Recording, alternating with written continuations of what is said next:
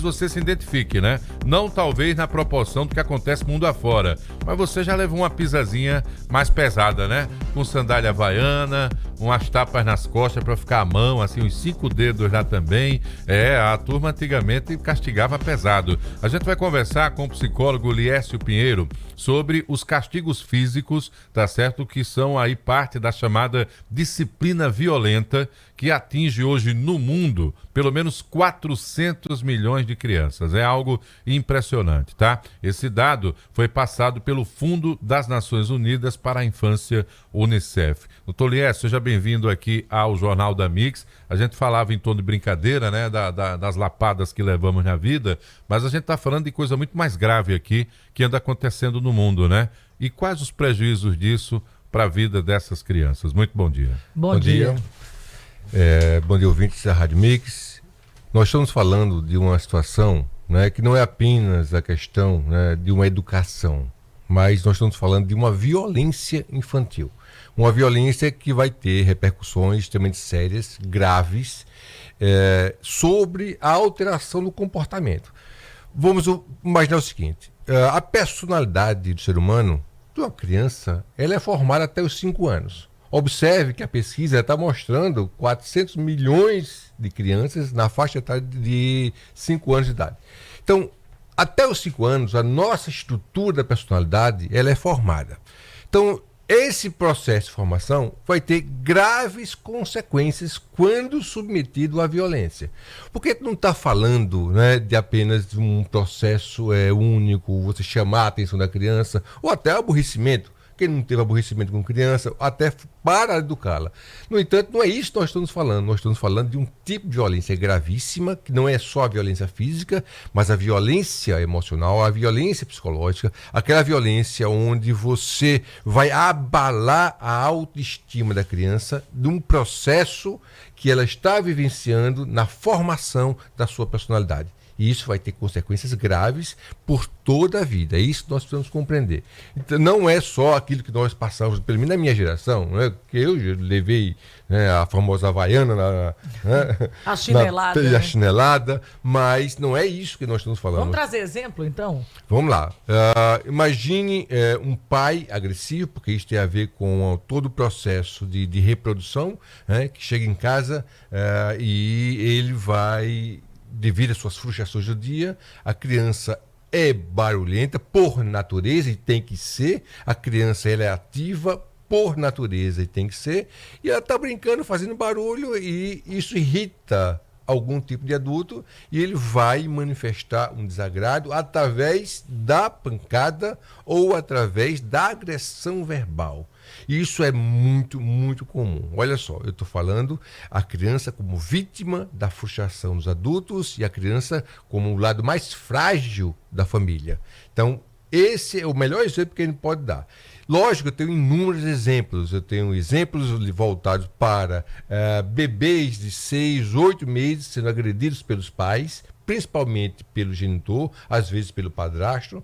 Você vai ver crianças muito novas, com 2 anos, sendo agredidas de tal forma, de uma forma tão perversa, que pode causar a morte. Isso nós vamos ver várias notícias, e isso é lamentável chegarmos a esse ponto, porque educação não tem a ver com pancada, educação não tem a ver com baixar a autoestima da criança, você criar todo um clima de terror psicológico nessa criança. Educação tem a ver com respeito. A criança, o filho, ele tem que respeitar a sua família, porque isso é uma condição natural para que ela possa tornar um adulto equilibrado. Entender que o pai o protege, não o coloca a sua vida em risco, né? A gente lê notícias aqui ligadas a situações assim, e de pais que são presos posteriormente ao atendimento nas UPAs, né? No serviço público, quando o médico constata que tem fratura, não é? Tem ruptura de órgãos internos, fruto de chute, né? De espancamento que essa criança sofreu. Passado esse trauma e considerando que essa criança sobreviva, que adulto será esse que passou por isso? Perfeito, Marcos. Olha só. Quando eu falei que a nossa estrutura é formada até os 5 anos, estrutura da personalidade, isso vai ter graves consequências na nossa vida. Bom, primeira consequência, e a mais óbvia, é a questão da autoestima. Crianças que são submetidas a uma continuidade da violência, principalmente uma violência doméstica, ela vai apresentar uma baixa autoestima, ou seja, o seu gostar, o se sentir seguro no mundo, é aquela criança que vai ser insegura e pode desencadear inúmeros transtornos psicopatológicos, inclusive depressão, pânico, síndrome de ansiedade generalizada. Isso é muito, muito frequente nessas crianças e adolescentes e adultos que foram vítimas de abuso. Olha só que coisa interessante. Tudo na nossa vida tem a ver, né, com o nosso desenvolvimento. Então, o desenvolvimento ele é crucial, não só físico, mas também o desenvolvimento emocional. Quando eu vou colocar algo que vai interromper o fluxo desse desenvolvimento emocional, eu vou ter consequências. Inclusive a reprodução da violência. Muitas crianças tornam-se adultos agressivos, né, pelo exemplo que tiveram em casa. E isso é lamentável. Isso não pode acontecer. Eu preciso compreender, e o ouvinte da Rádio Mix precisa compreender, que a educação, acima de tudo, ela é, né, pela sensibilidade e pelo amor que eu tenho pela criança. Eu não estou fazendo isso porque ela está me desafiando, porque criança tem que desafiar. Criança aprende testando os limites dos pais. A gente está conversando aqui, você que chega agora com o psicólogo Liésio Pinheiro, e eu queria trazer um complemento de tudo que está sendo dito aqui. Na verdade, solicitar que seja falado sobre isso, porque muitos pais, principalmente pais de crianças e adolescentes, uma idade, né, que já de início ali na pré-adolescência, lidam muito com birra, com grosseria, com contrariedade. Então, os pais pedem assim, dizem o que tem que fazer, falam que é da disciplina e a retórica é de não vou fazer, gritando com os pais. Então, assim, num momento como esse, qual é o limite da educação que se deve dar? O que se deve fazer? Tem pai que tira celular, tem pai que deixa o filho trancado no quarto, tem pai que diz assim, olha, hoje você não vai falar com ninguém. Então, o que é correto? Qual é o limite ali do que não deve ser feito e o que deve ser feito? Perfeito, Thaís. Olha só, o limite é uma linha muito tênue, não é? Entre o que é agressividade e o que é autoridade. O limite sempre tem a ver com a autoridade que nós representamos para a criança. Nós somos pais. Eu sempre digo o seguinte, eu tenho um filho de 10 anos, de 11 anos, e eu sempre digo, eu não sou amigo do meu filho, eu sou o pai do meu filho, porque quando eu sou amigo do meu filho, ele vai ter toda a liberdade para fazer o que ele quiser com a amizade dele. E não é verdade, eu sou o pai dele. Dá para ser as duas coisas? Dá para ser o pai amigo, o pai confiante, mas eu não sou só amigo dele. Eu não posso ser seu amigo porque nós não somos iguais. Até porque você tem que ter a sua autoridade. Eu tenho que ensiná-lo qual é o caminho que ele deve seguir.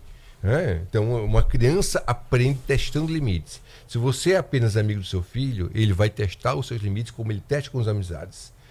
Então, até onde eu posso ir? Que tipo de brincadeira eu posso chegar? Isso é muito inconsciente. Isso não estou falando, porque eu vou testar o limite do meu pai. Isso não existe.